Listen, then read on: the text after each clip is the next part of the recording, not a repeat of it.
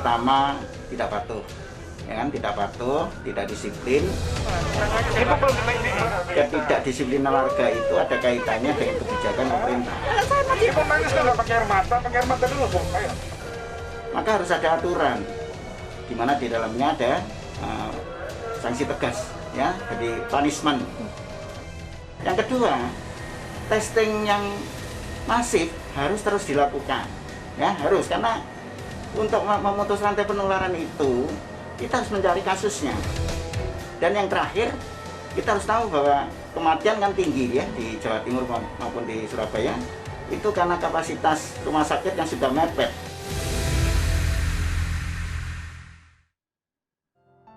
Pemirsa, kembali di Prime Show with Ira Kusno dan saya masih bersama Wakil Gubernur Jawa Timur Emil Dardak.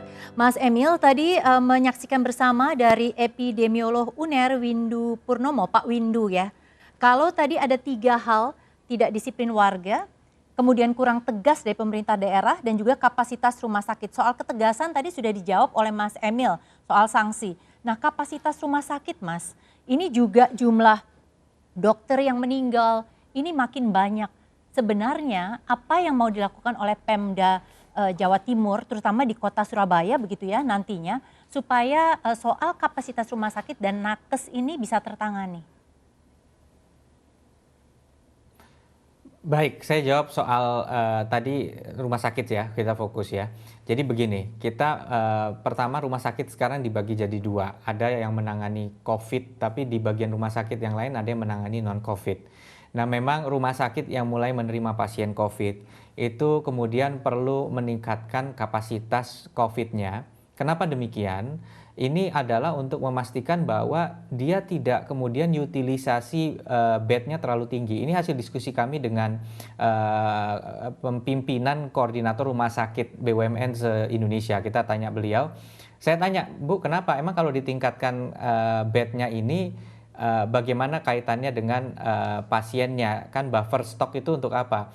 Itu penting karena kalau kita rumah sakit itu kapasitasnya mepet-mepet, walaupun cukup tapi mepet, begitu ada pasien baru, dia mau masuk ke kamar, maka kamarnya harus dibenahi dulu, kemudian pasien ini keluar, ini baru masuk, ini menciptakan waiting time yang berbahaya.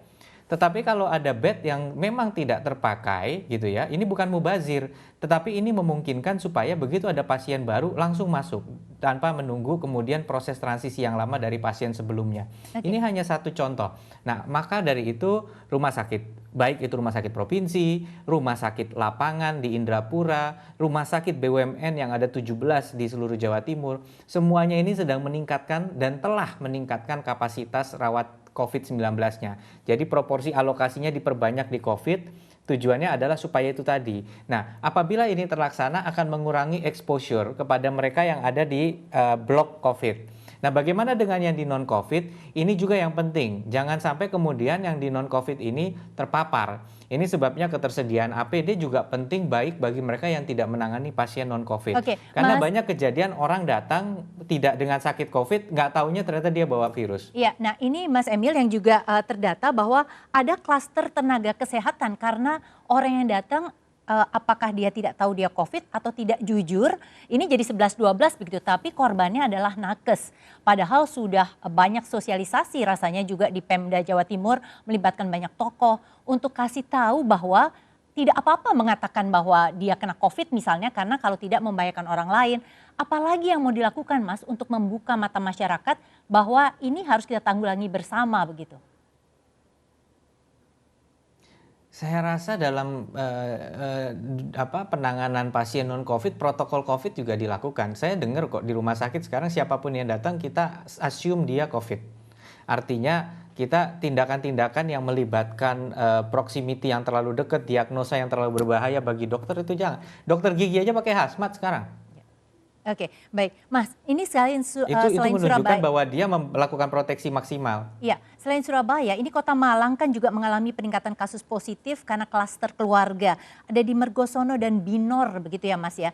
Ini kenapa bisa kejadian? Apakah kemudian dari Pemkotnya sendiri kurang tanggap begitu atau menjadi lebih longgar karena ekonominya harus berjalan? Kalau keluarga, ini yang sulit makanya. Kita katakanlah mengawasi nih ya. tempat umum, tempat makan. Karena kan sudah ada survei baru yang keluar nih dari Persakmi. Meningkat bagus lah dibandingkan waktu PSBB tahap 1 selesai. Tingkat kepatuhannya ini sebenarnya lebih bagus pada tanggal 24 sampai 26 Juni. Tetapi di tempat makan masih banyak yang melanggar physical distancing dan sebagainya. Tapi kalau keluarga itu begitu dia pulang ke rumah, dia menulari keluarganya.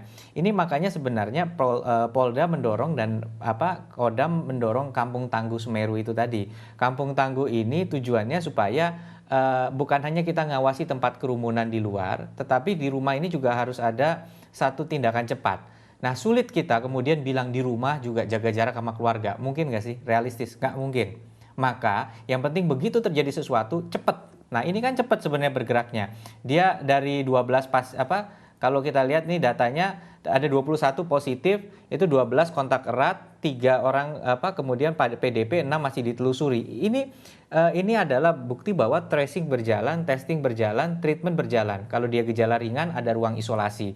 Kayak di Gresik sekarang stadion dijadikan ruang isolasi, ya. Di Sidoarjo mall pelayanan publik dijadikan ruang isolasi bagi yang punya positif COVID tapi gejalanya ringan. Bagi yang berat dibawa ke rumah sakit di mana kapasitasnya juga ditingkatkan. Nah, ini adalah dua aksis tadi yang juga jadi pesan Pak Presiden. Tingkatkan kapasitas testing, tracing, dan treatment. Oke, Mas Emil, ini memang banyak sekali yang sudah dilakukan gitu ya. Tetapi ada orang juga ya, sebagian orang mengatakan jangan-jangan karena ekonomi didorong untuk bisa berjalan lagi, pelonggaran jalur Pantura ini dengarai juga mendongkrak resiko COVID-19. Karena posko-poskonya itu Mas sudah tidak seperti dulu lagi. Jadi hanya ada posko-posko berskala kecil saja. Ini bagaimana tanggapannya Mas? Ya, semua masukan seperti itu jadi PR untuk kita benahi lebih baik lagi.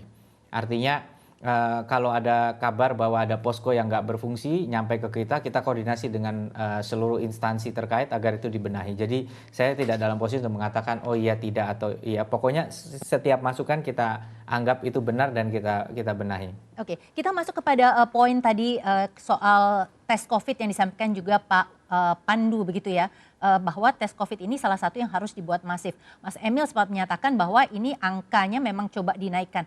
Apakah memang tes yang dilakukan sudah sesuai harapan atau masih perlu ditingkatkan Mas? Bukan cuma tesnya tapi jumlah labnya misal ditambah. Ya, begini, kita mengejar sebanyak-banyaknya sekarang dengan harapan supaya, kan ada dua rumusnya ya. Satu adalah kurangi penyebaran dengan mengontrol kegiatan-kegiatan yang berbahaya. Tadi Mbak Ira nanya makanya, penting mana pakai masker atau cuci tangan? Ya kalau pas di luar pakai masker, tapi dia pakai masker, dia aman, kemudian sampai rumah tangan dia habis megang gagang pintu, megang halte bus, kemudian dia nggak cuci tangan, dia sentuh hidungnya ya tertular juga bisa gitu. Jadi itu satu hal. Tapi satu hal lagi memang adalah yang tadi, kita cari orang-orang yang tanpa gejala supaya mereka tidak mobilitasnya membahayakan orang lain. Kemudian ini akan mengurangi resikonya. Nah cuma tadi pertanyaan terkait ekonomi ya. Terkait ekonomi kenyataannya Surabaya, Sidoarjo, Gresik, Mojokerto, Pasuruan atau Surabaya Raya atau kawasan Gerbang Kertasusila menyumbang setengah ekonomi Jawa Timur. Jawa Timur ekonomi terbesar kedua di Indonesia. Jadi memang tantangannya ini sangat kompleks karena ekonomi ini episentrumnya di sini juga gitu. Ya.